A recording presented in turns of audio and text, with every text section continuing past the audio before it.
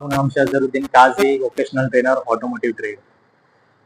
આજે આપણે જાણીશું ટાયરના ઘસારા વિશે તથા એ ઘસારાથી આપણે શું જાણી શકીએ છીએ તે વિશે જાણીશું. તો આપણે સૌ જાણીએ છીએ કે જ્યારે ગાડી ચલાવવામાં આવે છે ત્યારે ટાયર ઓફકોર્સ ઘસાય છે, પરંતુ એ ઘસારો કેવો હોય અને એ ઘસારા પરથી આપણે ગાડીમાં આપણી કઈ પ્રોબ્લેમ છે તે વિશે કેવી રીતે જાણી શકાય તે આ વિડીયોમાં આપણે શીખીશું.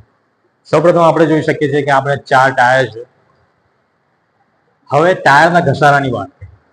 ધારો કે ટાયરના ઘસારો આ રીતે પેચીસમાં હોય છે, એટલે કે ટાયરનો ઘસારો આ રીતે છે. જ્યારે ટાયરની સ્થિતિ જોવામાં આવે છે અને આ રીતનો ઘસારો જોવા મળે છે પેચીસમાં, ત્યારે આ પેચીસના ઘસારા ટાયરમાં પેચીસના ઘસારા દ્વારા આપણે જાણી શકીએ છીએ કે તેમાં ગાડીમાં સસ્પેન્શનની પ્રોબ્લેમ રહેલી છે. એટલે કે સસ્પેન્શનની પ્રોબ્લેમ આપણે ટાયરમાં ઘસારા પરથી જાણ્યું હોય તો આ રીતે ઘસારો જોવા મળે છે ટાયરમાં. બીજી માહિતી એ છે, જ્યારે ટાયરમાં ઘસારો સાઈડ પર થાય છે, એટલે કે બે એજીસ પર થાય છે ટાયરની, આ રીતે ઘસારો થતો હોય છે ટાયરમાં, ત્યારે ટાયરમાં અલાઇનમેન્ટ પ્રોબ્લેમ છે, ગાડીમાં અલાઇનમેન્ટ પ્રોબ્લેમ છે તેમ કહી શકાય.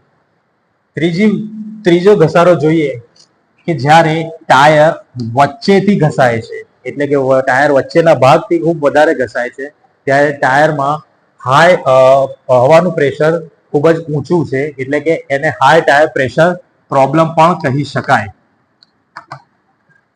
ચોથી વસ્તુ જોઈએ કે જ્યારે ટાયર ફક્ત એક સાઈડથી તૂટી રહ્યું છે, તેની ઉપર ક્રીઝ પડી રહી છે અથવા એક સાઈડથી જ ઘસાઈ રહ્યું છે, એનું કારણ એ ટાયરમાં હવાનું લો પ્રેશર હોઈ શકે છે. તો મિત્રો, આ રીતે આપણે ટાયરના ઘસારા દ્વારા ગાડીમાં કઈ પ્રોબ્લેમ રહેલી છે તે જાણી શકીએ છીએ. Thank you.